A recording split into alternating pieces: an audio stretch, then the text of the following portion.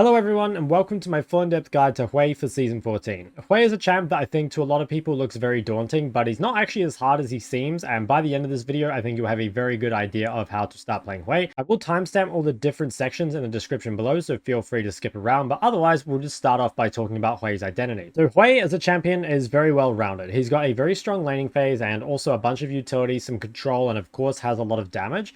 So that means you can play him in a lot of different situations. Now, he does have some weaknesses, like he's kind of weak to heavy engage comps that can punish his immobility. Against sort of like soft engage comps, he's actually pretty good because he's got a lot of peel and a lot of disengage.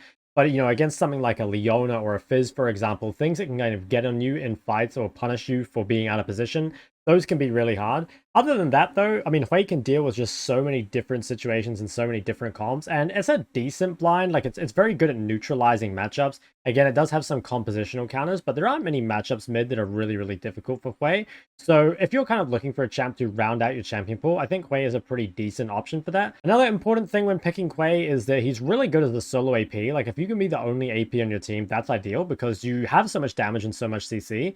If you're playing with more than one AP in your team, it's very, very likely that the enemy team will stack a lot of Merc Treads and a lot of Magic Resist, and that can make your life really, really difficult. It's not to say you'll be useless, because you can still provide lots to your team, but like a lot of other mages, such as Syndra and Ori and stuff, he really does prefer that solo AP. If you're playing in a lower elo where people aren't building as much Magic Resist, it probably won't be an issue, and if you're playing in a higher elo, chances are that you will be playing with an AD jungler on your team anyway, so like it's less likely this becomes an issue. But be very careful. The only time I really wouldn't pick Hwei is when you've got something on your team like an Evelynn or a Karthus already. I think that would be an awful Hwei game. But outside of that, you can pick him in most situations and still end up in a pretty good spot. Next up, we'll talk about Hwei's rune pages. So there are some pretty easy rune pages that you can copy. I will talk a bit more, though, about how to min-max them if you care about that. So there's three keystones that you can use on Hwei. Those are Comet, Airy, and First Strike. There are a couple people that use Phase Rush, which I'll get to, but I don't think it's necessary most of the time.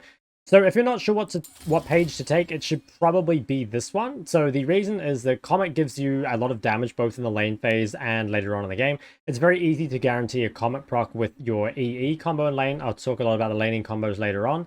But basically all you need to know is, especially against ranged champs, Comet is going to be the best most of the time. And then as for the secondary runes, you're going to go Mana Flow because this champ is very mana hungry. It's pretty much required. Transcendence overall, I think, is the best. There's not as much CDR in the game, so having CDR is obviously very nice. You can swap this to Absolute Focus if you want a bit of a stronger early game, but in my opinion, the trade-off is not really worth it. It is something you can consider, though. And then as your last thing here, you have either Scorch or Gathering Storm. I think, depending on your lane, Scorch does actually add up to quite a lot of additional damage on Hwei because you can poke so often. Obviously, if you're in a lane where you can't really do anything to your opponent, whether because they're too tanky or you just can't hit them often enough or whatever, then Gathering Storm will probably be the best option instead. And with this page, most of the time you're going to go Inspiration second. What I would recommend is just taking Cosmic Boots. The reason for this is that it accelerates you towards that first item spike really nicely, and the flash cooldown as an immobile mage is super, super nice. So this is going to be your very basic page, and I'll come back to how we might optimize it soon. Next thing we might change is if you're against a melee champion, it can be good to go Aries. So against melee champions, you can proc the Aerie more often just with your auto attack spam. Also, most melees tend to have like a dash or something for the Comet, so it's not going to hit a lot of the time. And in general, I think, you know, Aerie is just better against melee champs. Like if you're against a melee, you can go Aerie. If you're against a range, you can go Comet. That's kind of the rule I use. There is maybe an argument that Comet damage-wise scales better and Aerie utility-wise scales better. So if you kind of think that you're going to be more of a damage threat this game, even against the melee, you might want to go Comet. But I would just use those rules I just talked about. Now, if you don't want to take either of these, you can go for the First Strike page. So this is quite good against tank mids. There aren't that many mids in the meta that I would actually take this against, but examples would be stuff like Galio or Cassante or Set or anything like that. Against those, you want to go First Strike, and we're playing a very greedy page here, so we're probably going to go Magical Footwear. I would say DMATs, Cosmic Insight, and then probably just come here and grab Transcendence Gathering. So this would give you the most scaling overall and would make you, yeah, just scale very, very well, and it's kind of the best way to take advantage of those matchups that you can't actually kill anyone in. Now let's talk about all the little rune itemizations you can go. So when you're going this page here, you have two choices. One is that you can just go Domination instead. So Domination can give you a lot more strength in the early game. If you're playing a mage versus mage matchup like Ori or Syndra, it's going to be very contested. You can go something like Taste of Blood and then Ultimate Hunter. So Taste of Blood adds up to a lot of additional sustain in the lane. And it can also be kind of useful versus some assassin picks just to keep yourself healthy a lot of the time. And then Ultimate Hunter is quite good on this champ because your ulti is very, very important and you're going to be using it a lot. So that can be quite nice. Some other things you can do with this is you can actually go Ingenious instead of Ultimate. This actually does reduce the cooldown on Ludens on the charges, so you can get your charges quicker, which makes it do more damage. It also reduces the CD on stuff like Banshees and Zhonya's, so it can be pretty useful as a defensive option as well. That's something you can consider. And obviously, if you didn't like that bottom row, you can look for something like this. Eyeball will give you, I think, 30 extra AP when you have it fully stacked, which can be a nice little spike in the mid game. So if you're going domination because you need extra health and extra kind of survivability in those difficult matchups, that's something you can do. Now, coming back to inspiration, instead of Boots Biscuits, you can go something like Triple Tonic. So if you're in a matchup where you need to buy Boots early, like a skill shot matchup, again, something like a Syndra, you probably want to go Tonic instead of Boots. I think Boots are better if you can get away with them, but there are just some of those matchups early where you just have to have Boots or the lane is too hard, right? So I like taking that a lot of the time.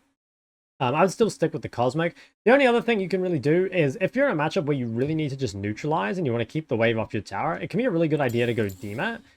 Something like this, and just use your DMATs on probably like all 3 range or 2 range 1 melee, and that can just allow your QE to one-shot the wave a little bit earlier, which is, again, kind of nice in those matchups where you're just wave clearing and looking to neutralize. So I wouldn't go for these that often, but if there are, you know, again, some matchups or some niche situations like that, you can go for them. Again, if you're not sure what to take, I would recommend just copying this page and then swapping to AoE versus melee, and that'll take you pretty much, you know, to whatever elo you need, really, but you can min-max the runes a tiny bit if you want. One final thing with Phase Rush, so I don't think there are many matchups you would go Phase Rush, and the reason is that Phase Rush is normally used as kind of like a peel tool, right? Like if you're getting ganked or if you're in a matchup where you have to keep your opponent off you, Phase Rush can be useful for that. But the thing with Hwei is that you already have the tools to do this. You have your WQ, which gives you movement speed, and you have your EQ for the fear. So there's not much point to run Phase Rush. I'm trying to think of a matchup I would run Phase Rush off the top of my head, and I can't think of one. So personally, I've never taken this, but I have seen a couple other people do it. Just keep it in mind, I guess, as an option. If you reverse a bunch of melees, like I don't know, Briar, Garen, Cassante or something, and you didn't want First Strike, maybe it's a Phase Rush game instead. But yeah, ultimately, I would just stick with Comet or Aerie most of the time, and just copy this page and it should be good. Hwei's itemization is also pretty easy. So for our starting items, almost every time we're going to start Doran's Ring 2 Potion. The only reason you'd ever want to start Tier is if you're in a matchup where you think you really just can't do anything. So again, if you're against something that's just completely immovable out of lane, something like a Garen or a Cassante, it can be a good idea to start Tier just for a bit of extra scaling. But I really do think 99% of cases you should start D-Ring 2 pots. It just gives too much power, so you're going to want to pick that up. Now, on your early buys, it can depend a lot on what item you're going to end up building later on, and also just what gold you base on. So the first thing, I mean, refillable. This is valuable in almost every single lane because a lot of extra HP, 200 per base essentially for only 150 gold is really, really nice. So if you can fit a refillable on your buy, you almost always should. Don't replace like an item with it, but if you can buy it, you pretty much should. Dark Seal. I'm sure if you guys watch my channel for a while, you'll know about Dark Seal, but Dark Seal is the best AP item in the game. For those of you that don't know, Dark Seal is efficient on 0 stacks, which means even if you don't get stacks, it's still a really good item in the early game. And if you get any stats on it, it's super, super broken. So again, one of these items that you want to be picking up early on, pretty much whenever you're able to. Again, don't like replace a chapter or tier 2 boost with a Dark Seal, but if you have the opportunity to pick it up at some point, you definitely should. Now, after that, it kind of depends on kind of like how much gold we base on and what item we're going to build for. So for me, there are 2 items you can build on Hwei most of the time. It's Ludens or Archangels. And obviously Archangels builds out of a tier. Now, there is a lot of fighting in the early game at the moment. So if I base on something like a chapter or a Sork Shoes or Alternator or something like that, I will typically buy this and then skip the tier completely. So I would just go, let's say I first base and I buy Sork Shoes, then I would just not go tier and I would end up going Ludens. Now, if you base on not enough gold for one of these 3 big spikes here, you instead probably want to go something like, you know, tier Dark Seal refillable, or tier Boots refillable, or, you know, tier Dark Seal Boots refillable, something like that. Because if you don't have any bigger spikes, I would say it's better to have a tier than to have an Amp Tome. And in that case, then I will build Archangels instead. So for me, I mainly just choose based on how much gold I reset for. If you do just want to commit to, obviously, Seraphs every time, then you should probably just buy a tier earlier in the game. Other than that, I mean, tier 1 boots are very, very valuable in skill shot matchups or in matchups where your enemy is going to chase you down, something like Yon. Being able to kite out with the extra movement speed is very nice. And then when it comes to these spikes, it depends a little bit what your goal is in the lane. So if you want the most just combat power, it's probably best to go Sork Shoes a lot of the time. If you want to push in the wave and just like focus on farming, then Lost Chapter will be good. And Alternator is kind of just what you're going to buy if you already have Sork shoes, but you still don't want a chapter for whatever reason. So you can go like Sork's Alternator for like a really big spike, as is very, very strong in the early game. But I don't buy Alternator as much. Normally I'm just basing and buying the Sorks or the Lost Chapter. Now, something you'll notice is missing here is the CDR boots. So I don't often buy CDR boots early. And the reason is that if I want early boots, I want a big spike with it. I want the magic pen, basically. So if I'm upgrading tier 2 boots early, unless it's like a Mercs or something that I need it, it's almost always going to be Sorks. Whereas if I'm buying CDR boots, I'm probably going to buy it a little later in the game because it's just not as big a spike as other things here. So I don't really consider this an early buy, but it's definitely a boot option. So let's move to these. So CDR boots, Sork shoes, or the Merc treads are your 3 choices. I think if you're not sure, it's actually best to go CDR boots. And the reason is that even though Sork shoes are overall the most powerful of the 3, if you buy Sork shoes at the wrong time, it can be pretty bad. So if you're multiple APs on your team, or if you're against tanks, or for whatever reason they're going to build a lot of magic resist, then Sork shoes are pretty bad. It gets countered by flat magic pen very easily, so you want to be kind of careful buying it. Now, I will say the earlier you buy Sork shoes in the game, the better, because people will have less magic resist, and so the flat magic pen is more valuable. As the game goes on, though, the CDR boots start to become more valuable. So if you haven't bought your tier 2 boots by, let's say, 1.5 items, you almost certainly want to go CDR boots anyway. And CDR boots are very, very good, especially against tankier teams or if you have a lot of AP on your team. Merc treads, you shouldn't buy this that often on Hwei because you do have a lot of range, but there are certain like matchups and mid-jungle combos where you kind of have to have it or it's going to be too difficult. So an example would be if you're playing against something like Syndra and you don't have Merc treads, unless you're ahead, it's going to be very, very hard. And the reason is that both the magic resist and the tenacity is very good against Syndra. So the magic resist stops you from getting bursted. The tenacity allows you to get out of the stun before you get hit by her W or her Q. Now, if all you care about is the magic resist, then you just want to buy an L Magic Mantle because it's only 25 MR. And upgrading this, you don't get any more MR. You just get more tenacity. So if you're in a really difficult lane, but you need MR, but you don't actually need tenacity, you can buy a Null Magic early and upgrade that into a Banshees later and just like sit on it for a while. That's something you can consider as well. So for your standard builds, we have a couple options here. Pretty much it's going to be that you choose your kind of first item of choice, which is almost always going to be Ludens or Seraphs. Again, I pretty much choose just based on like how much gold I based on. So alternatively, like if you're not sure, if you just wanted something to go every game, Seraphs is probably the better item overall. It's just the problem with Seraphs is that some of the spikes can be weaker early games. So kind of up to you. I like Ludens on this champ, but Seraphs is arguably the better item. It just has a worse build path. Now, boot options, I mean, again, we've kind of already discussed it, just Sorks or CDR boots, depending on what you want. After that, second item is very situational. I do have a bunch of situational items down here, which I'll talk about in a bit. But your standard second item is just going to be Horizon Focus, and from then you're going to look to pick up Rabadons or Cryptbloom, depending on if you need Magic Pen or if you need just more AP. So if you get to this point, and your opponents don't have any magic resist, then you're best off just buying a death cap. And you can continue to buy just AP items beyond that point if they don't have any MR. You know, you can buy a Zhonya's, a Banshee, you can even buy like a Shadow Flame or something. But most likely by this point, they will have magic resist, so you're going to want to go for a Cryptbloom. Now, Cryptbloom is, in my opinion, just better than Void on Hwei. Even though you get 10% less magic pen, the 15 ability haste is really, really valuable on this champ. So I'd recommend going Cryptbloom as your Void staff option. You can swap this around, so like if they do have a lot of magic resist early, you can buy Cryptbloom a little bit earlier. It does delay your death cap, which loses a lot of damage. And so sometimes if they buy MR really early, you can actually just drop the Horizon completely until later on in the game and go something like this instead. So you don't really want to do this, but if they buy so much magic resist that you're kind of forced into it, that can be a way to do so. But yeah, most of the time you're going to want to go something like this and then round out with another situational item. For another alternative build, this is just kind of an anti-tank build that I thought of. So again, against tanks, you want a lot of CDR. You want the Shred from Liandry's. Against tanks, I also have MR, so you probably want Cryptbloom a little earlier. And then again, like more AP and more CDR is generally the way to deal with tanks. I think if you end up building this, it is the best option against tanks, but something might have gone wrong in Champ Select, like if you're picking too many APs or something, because this build doesn't feel that good. It's kind of just like the best option you have against dealing with tankier comps. But let's talk about our situational items. So these are mainly going to fill up the second item slot as well as the last item slot. And the reason they don't fill up the third and fourth item slots is because those are normally reserved for Rabadons and then Void or Cryptbloom. But anyway, okay, so default option is Horizon. So Horizon, a lot of AP, a lot of ability haste. The vision this gives is also quite valuable. This is your default go-to second item. Cosmic second can be good. It gives you a lot of CDR, it gives movement speed, which is really, really nice. I think overall, it is quite quite a lot less damage though, and health is also not that valuable on Hwei because you have a lot of range anyway. So I don't like Cosmic that much. It's also just more expensive than Horizon. I normally just buy this later on in the game. Like what I might do is at 6 items, I might sell my boots for Cosmic or something. Or, I don't know, yeah, maybe if I don't need a Zonya or something late game, I'll just grab a Cosmic.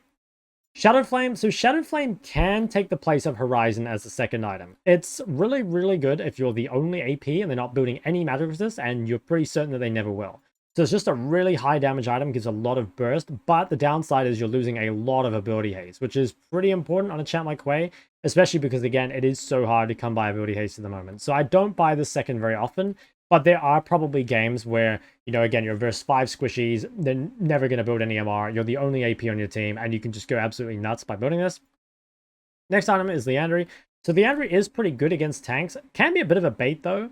And the reason for that is that it doesn't have any CDR on it. And also, remember, it'll delay a Void Staff item. So, like, if you're against tanks, like, let's say you're against Cassante, and you're 2 items in, sometimes you can't even go Liandry's until 4th. And the reason will be that, like, okay, well, if we get to 2 items, if we don't have any Magic Pen, we're not going to deal any damage, right? So we have to go our Crippling 3rd, and then it's like, or our 2nd.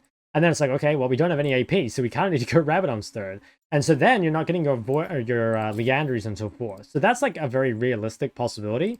And it mainly depends just on, again, how much MR they have. Like if they have a lot of health, something like a Silas, but they don't actually have magic resist, then that's when Liandry's 2nd becomes quite valuable. You just need to be careful that you don't buy Liandry's as your anti-tank item before a Void Stuff item if they have a lot of MR. So it can be kind of a bait.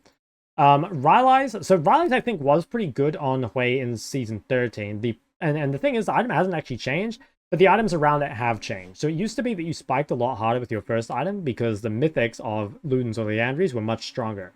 Now it's really hard to fit Rylai's in the build because there are much better competing second items. Something that kind of happened with mage itemization throughout Season 13 and 14 is that in Season 13, the mage first items were amazing and the mage second items sucked. And in my opinion, now it's kind of the other way around. The first item options, stuff like Ludens and Seraphs, are kind of weak overall. But the second item options, you know, things like Horizon or Shadow Flame, are much better than before. So now that Rylai's just has way more competition, it's not really worth buying anymore. So I pretty much just would never buy it. Defensive items, the 2 ones we can buy are Zonyas or Banshees. If you're going to build these, they should either replace your second item, so replace your Horizon, or replace your last item. And again, that's just so we don't end up playing a game without Rabadons or Void. It's pretty self-explanatory. Banshees is good against heavy AP comps or comps where the shield is really valuable. And Zonya's is good against heavy AD comps or comps where the active is valuable. Now, sometimes, you know, champs like Fizz, for example, Zonya is actually quite good against, even though it's armor. And there are champs like Karthus as well, another one where if they have a lot of AD around them, the Zonya's is actually better than the Banshees because you can Zonya's the ult and then have the armor for the rest of them. So sometimes Zonya's is quite good. But they also buff the Banshee shield. You know, when you complete the item, it's only a 30-second cooldown, lowered obviously by Cosmic Insight or Ingenious Hunter. So you can get that cooldown on Banshees quite low, and it's actually a pretty powerful item now. So I go that second in some games if I do need it. And finally, Magi's. So Magi's is not bad on Hwei because you do have a lot of range, so it's kind of easy to keep your stacks. That being said, if you're against a comp that does have threat, remember that you are on a mobile mage, and so buying at the wrong time can definitely be pretty disastrous. I guess what you need to do is, like, if you get to around 8 to 10 stacks on your Darksteel, you've got to look at the enemy comp and decide, like, okay, do I have a realistic chance of dying? If you don't think you can ever die, or you already have a defensive item or something, then boom, just slam the Magi's and it's going to be pretty good. If you're thinking, like, okay, there's like even a 10% chance I die, I would probably stay away from the Magi's because the moment you lose your Magi stacks, it gets really, really bad. But if you can keep them, it is quite powerful. So that's going to be it for the item section. If there are any more questions still that you guys have after that, just put them in the comments section and I'll be happy to answer them. On Hwei, for your summoners, you're going to run Flash TP in 99% of games. The only times you might run anything else is against some assassin matchups. You might find a little easier to play Flash Exhaust or maybe even Flash Barrier. But I think a lot of these matchups you can kind of overcome with experience and just get away with using Flash TP. You know, there are some matchups like Katarina, for example, where you could use Exhaust for her ulti, but if you're playing better, you should probably just save your EQ in order to cancel it. So Yeah, I'd really recommend just going Flash DP pretty much all the time. But if there are matchups where you think you could benefit from something else, you can look for a defensive something like an exhaust or a barrier or even a heal. But yeah, just go with Flash DP. Now we have our abilities section. So this is the one that people find very overwhelming because Hwei has 10 different abilities and a passive, which is a lot of different options and a lot to think about. So what I'll do for now is I'll just go through each ability one by one to kind of explain how to use them. But then in the combo section, things are going to make a lot more sense. So make sure to watch both of these sections. So first off is the passive. So Hwei's damaging abilities mark enemy champions, and then if you hit a champion with a second ability, it creates a little explosion on them, kind of like a Jin trap. So this basically just means, you can kind of just forget about it, to be honest. It just means if you can combo multiple abilities together, especially ones with CC, to keep them in the little area, you can deal a little of extra damage. So if I just show you guys what this looks like, don't worry about the abilities themselves yet. So this little ring around them, that is the first mark there. And then if I use a different ability, that's the little explosion afterwards. So again, you can kind of just like forget about this passive for the most part and it'll just work itself out. There will be times in lane where you need to proc it on purpose, but we'll get to that. So the abilities themselves, how does Hwei actually work? So Hwei has a Q, a W, and an E. And each time you press one, you unlock then 3 more abilities. So if you press Q, you unlock QQ, QW, or QE. You can also press R to cancel it. Just be careful that you don't accidentally press this twice and use your ult. I have done that before. But that doesn't cost any mana. So you can actually use this just to threaten in lane. Like you can just press your Q, people will think you're about to use an ability. You can just walk around threateningly, and then you can cancel it at any time. So that is actually something you can think about. But okay, the abilities themselves. So Q is kind of like your damaging abilities. You can think of this as your offensive options, if you will. So QQ is a line skill shot that deals damage and also does bonus max HP damage. So it's pretty simple. You just fire at someone, it hits them, it does damage. It's very, very simple. Now the next one, though, is a bit more complex. So QW. This is kind of like a Xerath W, except it's a lot longer range. As you can see here, the range there is very, very long. And it does damage after a slight delay. So if you see if I cast it here, there's a little kind of wind-up time, and then it does the damage itself. Now, it does bonus damage based on missing health, but only if the target is isolated or immobilized. So if this target is alone and low HP, it'll take more damage. Or if it's CC'd, it'll take more damage if it's low HP. Basically, what this means, just the only time it's not going to deal extra damage is if there are like 2 people stacked on top of each other, but they're not CC'd and they're full health, essentially, right? So this is really, really useful as an execute. It's really, really good for following up on other CC, either your own or other people. And it's a really, really good tool for, you know, sniping people, you know, behind the tower or whatever. As you can see here, do the QW, a little bit of delayed damage, and then, you know, it does its thing. So that's pretty useful. Next one is our QE. So this is your wave clear ability. It can also be used to hold chokes and stuff like that. So what this does, it's again a line skill shot that does damage kind of to everything in the line, does ticking damage. So it's really good for clearing waves. You know, you can imagine a creep wave like this and you can see how it ticks over and over. Yeah, it just does damage along the whole line. It also can be very useful if you're fighting in a choke or something. You know, if you're fighting here, it can be really useful to drop just a QE through it. Or even if you're trying to defend something, like if your team's doing Baron, dropping a QE, kind of like a Talia wall, is not the worst option either. So that's things you can look for. Now, W. So W is all your utility abilities. So first one is WQ. So WQ provides movement speed to both yourself and allies, and it casts it in a line, which means like you can actually speed up allies in front of you. It kind of like, the way I thought this ability would work is it only like kind of speeds up people, you know, behind you in a way, you know, but it actually speeds up people in front of you as well. So it can be useful for speeding up your allies if you want to engage. Like let's say you have like an Alistair and you really want him to be able to get in. That can be really nice. It can also be useful just for rotating faster. Like if you're leaving base, you can WQ to get out of here quicker. If you're running bot or something, it can be nice. Or if you're running away from a gank, like let's say you're laning here, enemy jungler shows up bot side, you can immediately WQ and run away. So WQ has a lot of uses. Definitely don't sleep on it. It's a very, very strong ability. Next, we have our WW, which is basically just a placeable bubble that will shield allies inside it. Also, the shield increases the longer they're inside it. So like, for example, it can be really good if you're doing like a Baron or something. You know, you drop your WW on it, everyone's standing in it, everyone's getting the bonus shielding. As you can see, the shield bar moved up a little bit there. The shield is actually reduced by or for allies, so it is better for shielding yourself. Like it can be quite a good laning tool or for peeling yourself in team fights. But it can also be useful for, you know, again, like shielding your team when you're doing an objective or providing extra defensives on an engage or something. So it can be kind of nice. I would say overall, this is probably the ability I use the least, but that doesn't mean you should just not use it at all. But in my opinion, it has the least use case. Now, next one is WE. So this one has a lot of use to it, and it's definitely the W ability you're going to use the most. So basically, when you press WE, you get 3 empowered auto attacks, but also it empowers your abilities. So I guess it's like, yeah, 3 charges, essentially, causing your next abilities or autos to deal additional damage and grant mana. And that's not where it ends, because it actually counts as a spell for your passive too. So for example, if you want to proc your passive, you know, you would have to QQ and then use a different spell, but you can actually use a WE auto attack to proc that as well. That's a really good way to proc it in the lane, and it's definitely worth thinking about. Obviously, this provides a lot of mana sustain, and if you can get all 3 hits off of it, you actually will end up with more mana than you started with, so try and keep that in mind. And of course, it causes the next abilities and attacks to deal additional magic damage, which means it applies to everything else. It applies to like a QW snipe, it applies to a QQ poke, it applies to, if you're QEing the creeps, you might want to WE. You can WE either before you press it or after, the damage still applies. Like, let me just wait for this to fade. You'll see here if I QE this target and then WE, that it uses a charge there, you can see, and it works the same way, no, the other way. Like if I've already got WE on and I QE, it'll consume a charge as well. So it doesn't matter which way around you use it, but this is very, very important because it will add a lot of damage to your combos, and also it just stops you from going ohm. Like this champ uses so much mana, and if you don't use this, like at least some of the time in team fights, you are going to run ohm. So definitely keep that in mind. Now, next thing we have is E. So these are all your kind of CC and utility spells. Our first one is EQ, which is kind of like a line skill shot fiddlestick sphere. So you just cast it and the target that it hits will be forced to flee in the opposite direction.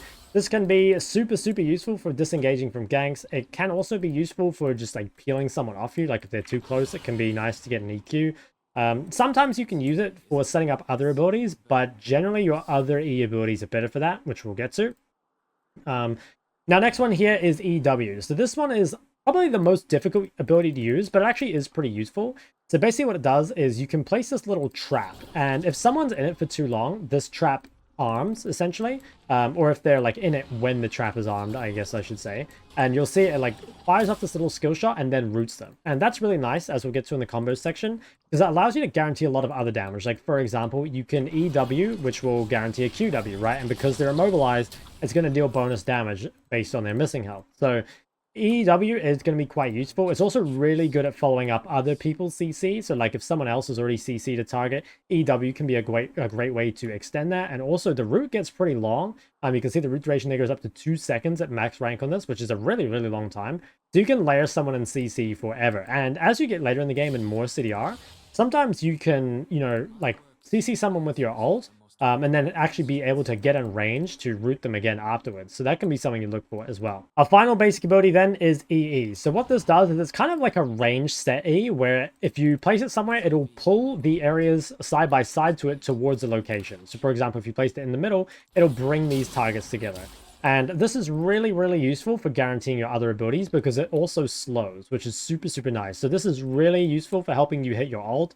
It's useful for helping you hit QQ or QW. It's super useful for hitting Comet as well, because again, it's a slow and a CC.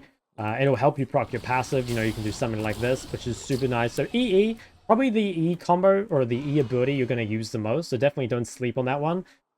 But like, to be honest, all the E abilities are quite useful. But EE is super, super nice. You can also use it on creeps as well to make wave clearing a little easier. Like, for example, if you want to QE the creeps like this, but they're not all grouped up, you can come to the side and then EE them together, which can kind of make things a little bit easier. So that's something you can look for as well. With our basic abilities out of the way, though, we now have our ultimate, which is a line skill shot. It moves very slowly, and it's also quite easy to dodge. Like, it's just, in my opinion, it's pretty thin. They actually did make it a little bigger. But yeah, it's very easy to dodge, so you kind of want to make sure that you use another ability to guarantee hitting it. So like, for example, an EQ to fear them first, then use your ulti. Or an EE to slow them, then use your ulti. Or if someone is already CC'd by someone else, that can be a good time. Obviously, if you know that they kind of have to walk into you, or they're trading with you or whatever, you can just fire out an ult. It's not blocked by creep, so you can just fire it out. But just be careful, because if you miss it, it's a big damage loss, and it's a very important ability in your kit. So what does it actually do? Well, basically, it will create this ring around the opponent that does damage every second and an increasingly large slow, ramping slow. So they get slower and slower, and then eventually it will explode. So this is really useful with QW, which we'll talk about again in the combos section. But the main thing you need to know for this is that if you can tag a squishy with it, it's great. Even if you tag a frontliner, though, it's fine, because again, they'll take this slow and AoE damage, you know, into the team, which is super, super nice. But the most important thing really is just to make sure you don't miss it, because it's super crucial as an ability, and it's what makes your team fighting so strong. That's what all the abilities do. In terms of the max order, you want to max R, then Q, then E, and then W. Most of the time in lane, you will start with Q, then E, then W, just because, you need a Q ability, and then you'll probably need your defensive ability at level 2, and then finally W at level 3. There can be lanes where you go Q, W, E instead, and kind of harass with W, E at level 2. Like if you're versus a melee champ, sometimes it can be good to skill W level 2 to harass with W, E. But if you're not sure, you should probably just skill WE or QEW, and then like I said, you want to max R, then Q, then E, then W. Now we'll talk about Hwei's combos. So obviously there are a million different ways that you could combo your abilities together, but I'll talk about the ones I think are the most useful. And what I'll do is I'll go through ability by ability and kind of talk about how I use them. So the QQ, I mean, this is the easy one. So QQ, there's a couple ways you're going to use it. Most of the time, you'll just try and poke with it in lane. So if your opponent's a bit out of position, you can kind of like QQ splash if they're like a tiny bit behind the creeps. Or if you get a nice angle on them where you can just hit them with a QQ, that's what you're going to look for.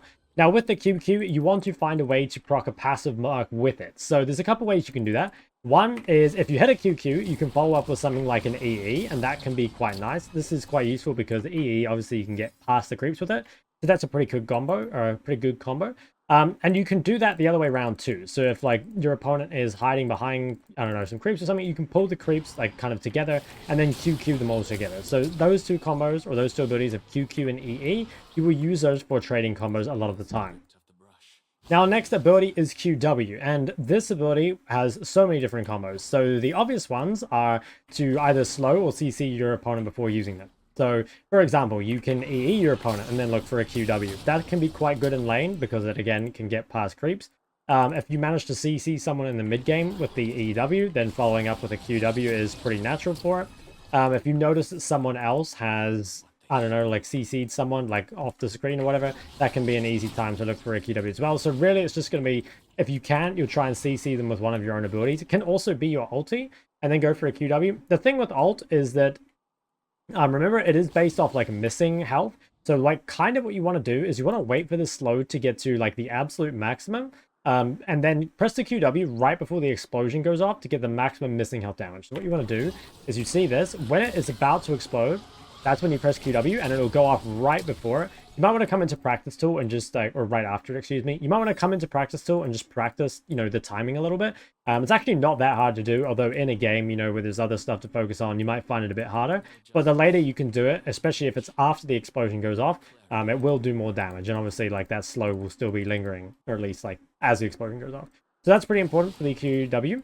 Now the QE, obviously it's mainly for wave clear, but it can be used for poking as well. So with your wave clear combo, what you want to do is if you're just clearing a wave of creeps, you want to press WE, QE, and then EE the creeps. If you want to do it faster, you can do the same thing, but come to the side and pull the creeps like all the way in. That way they'll all get hit by it rather than just the melees getting hit by it. Another way you can use this to harass is a couple different ways. So for example, if you manage to tag someone with like an EE or something, but you don't feel comfortable hitting them with the QW, you can just go for a max range QE just because it's easy to hit and will proc the passive.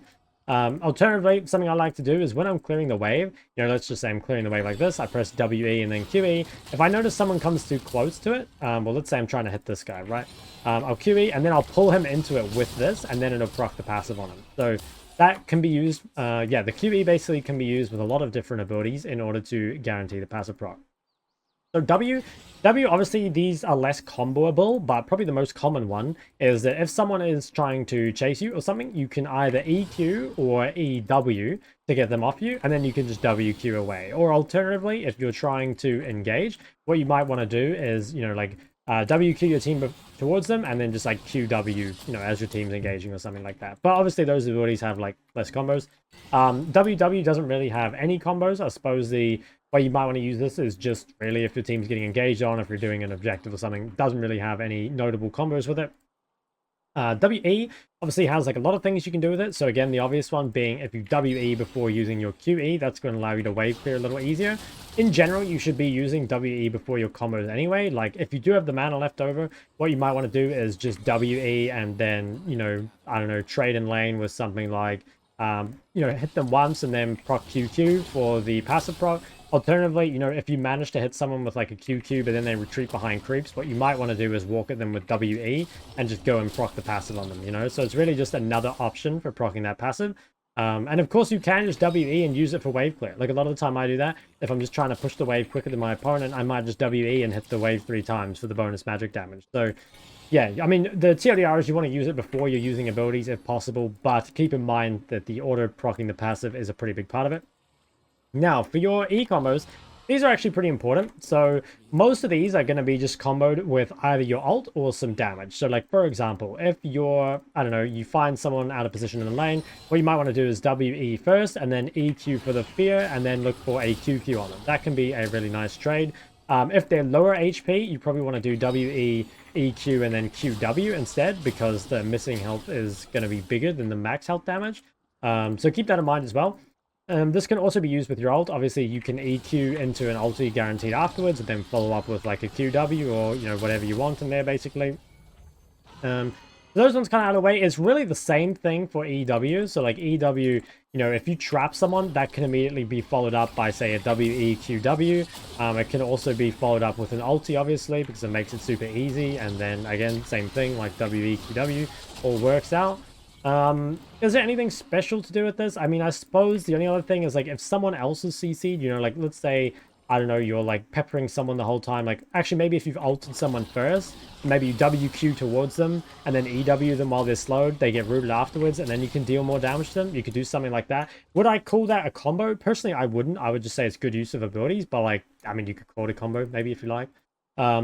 Yeah, so that one out of the way. Next, EE. So kind of already went over these ones, but mainly it's going to be used in lane to either proc your passive marks after you QQ someone or after you QE someone. The other way you might want to use this is to guarantee ult. Like, that's the way I use it the most, is if someone is, running away, you can kind of use this to guarantee where they will be and hit a slow on them. So, like, for example, if the enemies are here, what I'll do is I might be like, okay, I'm going to EE this position right here and just throw my ult there immediately. So I might go like, WEEER, and that's basically just going to pull everyone together, and then you can follow up with whatever you want. Like, if there's multiple people stacked, maybe a QE is good. If they're not stacked, then maybe you just want to QE and snipe them or whatever. So again, like, I think it's hard to just like memorize all that as like specific unique combos, right? Like, I think you kind of need to have some understanding of just what the abilities do, but don't overthink it. Like, most of the time it's just like, okay, the core things to consider is like, how do I proc my passive? And also, like, how do I guarantee my ult or other damage? So really, the ones you're thinking about the most is, like, which E ability am I going to use? And if you've already procced a passive, like, which other ability are we going to use to proc it? So it's really overwhelming at first. Like, probably explaining all that, you're really confused. But I promise you, like, it just gets a lot easier. And eventually, the muscle memory will get a lot easier, too. Like, I definitely noticed at first as Hwei, when I was, like, comboing a lot, I would press the wrong abilities. Like, for example, if I wanted to press, like, QW, I might just like instinctively be like, oh, that's my W, and press WQ, right? And then obviously you get a very different ability, but it just gets a lot easier. It just takes some practice. And yeah, over time it'll become second nature to you. So don't be too put off by it. I promise you, eventually you will work it out. Next, I'm going to show you just 3 laning examples for Hwei. So this is Hwei versus Ryze, which is a pretty easy matchup in my opinion. So this is kind of going to be representative of your standard mage versus mage matchup. So in these mage versus mage matchups, you want push over the lane, and you just want to find opportunities to harass your opponent. So you can see here, I'm going to look to push. If my opponent steps away too far from the wave, I'll look for QQs on them and proc the comet.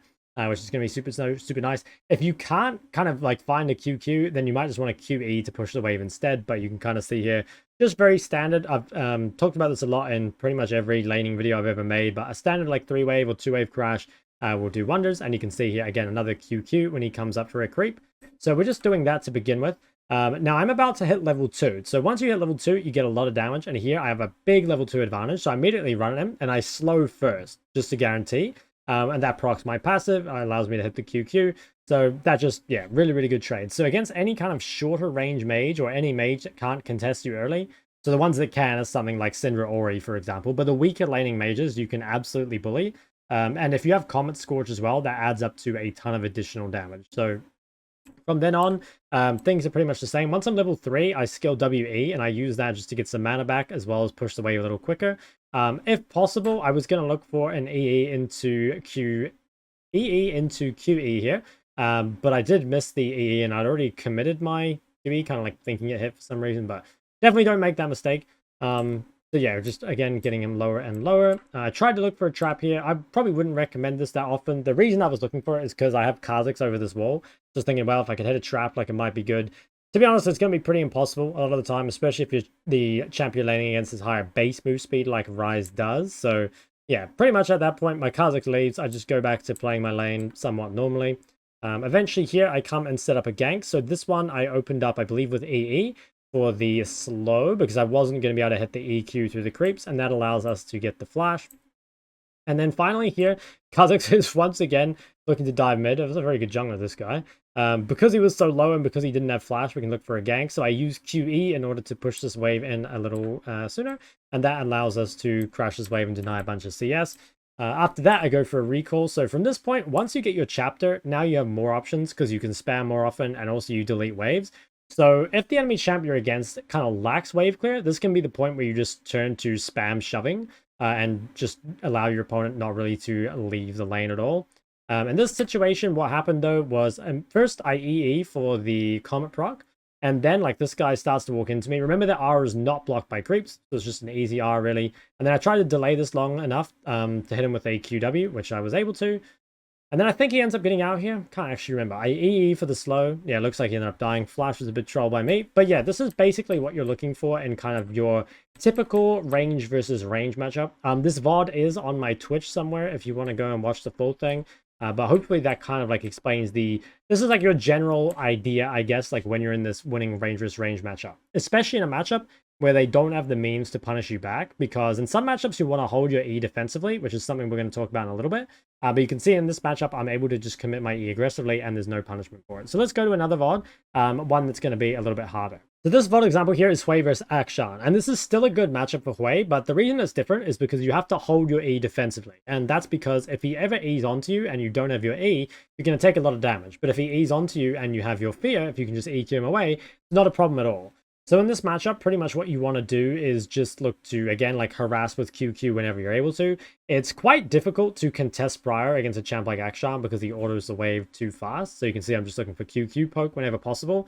Be careful pushing too fast in matchups where you don't want to. Like if you QE the wave against Akshan, the problem is you will have used your cooldown and pushed the wave, which means he has an opportunity to punish, which we don't really want. But if we can just keep the wave kind of on our side, keep looking to harass, and then save this E defensively, we should be fine. So we can use E aggressively if the wave, is super close to us. Like maybe here we could look for EEs because there isn't much room for him to like dive onto us. At the same time, like just holding E defensively seems like the play. Again, I can just use WE for mana sustain.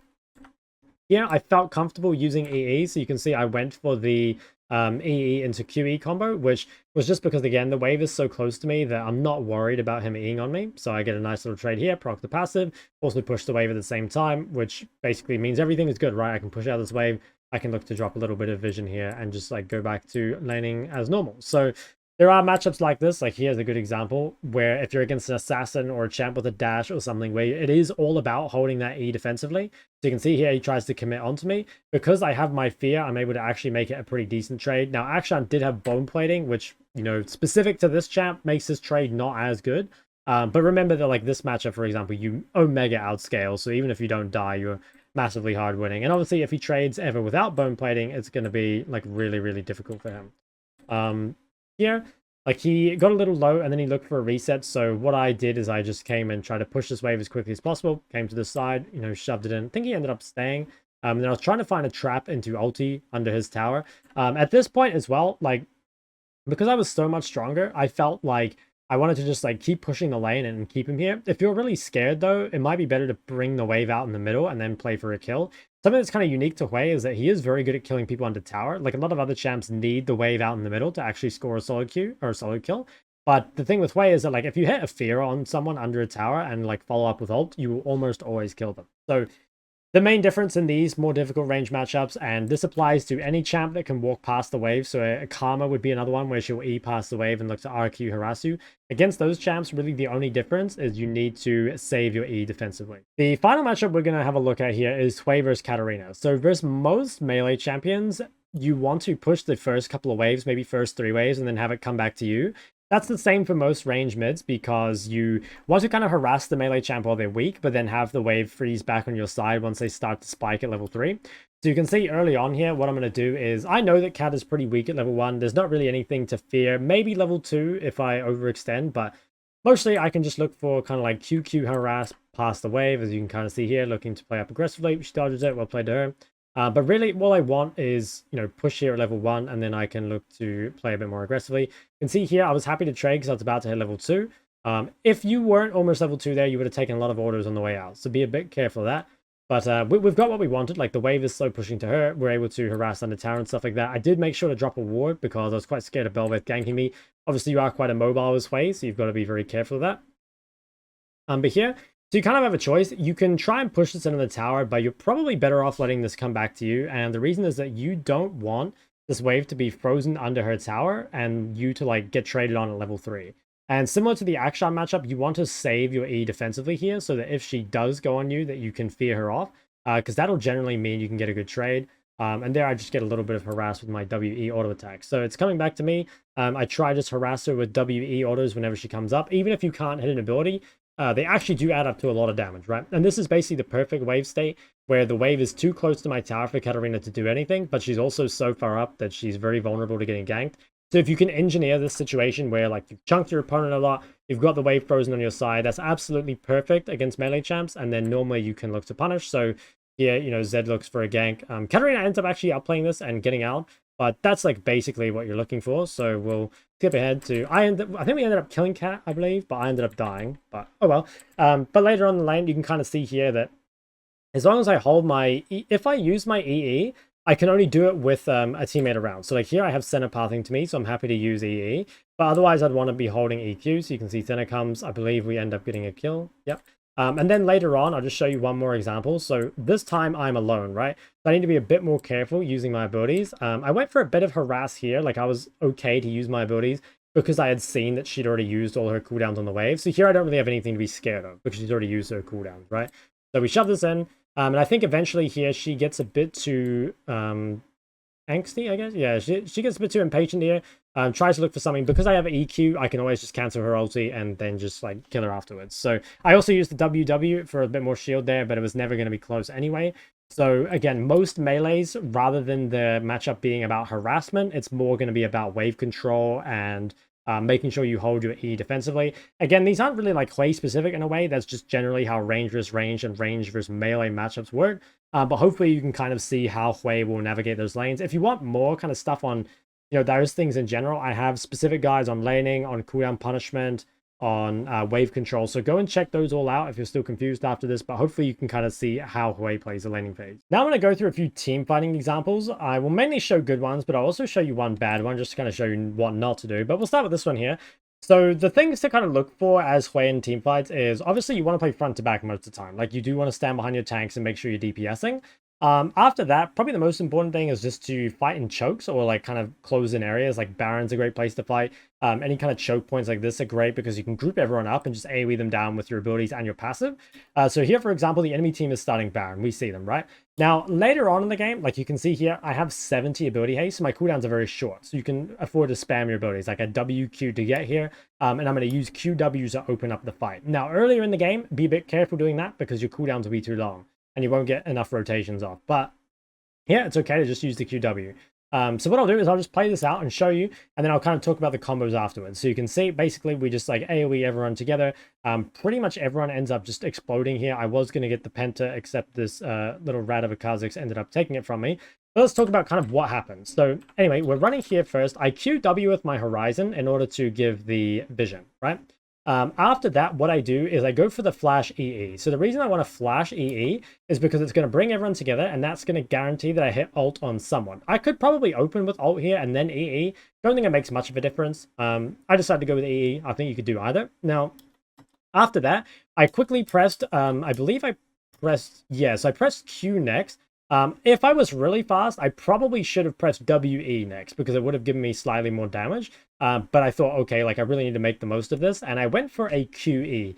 Now, this was maybe a mistake, not the fact that I pressed it, but maybe the kind of direction I put it. So the QE, remember, is the big line skill shot. And I think it might have been better to QE this way instead because there were more people there. But this ended up killing Zeri when she went over the wall anyway. I did end up pressing WE eventually though, and remember that still applies if your QE is on the ground. So I think even though I pressed it late, I still used 2 charges of this immediately. In fact, I used all 3 charges anyway. So I guess it didn't matter that I pressed WE late. I didn't actually think about that in the moment, but you can see I guess it didn't matter in the end. Quickly QQ this guy because it's guaranteed damage, right? It's also the quickest one, so I might as well kill him. And then at the very end here, I was just going, I WQ'd for move speed, and then I was going to QW get that guy for the Penta. So obviously there are a lot of different things happening here, but really the only important ones are that you find a way to guarantee your ult. Here it's easy because Alistar already landed the CC, right?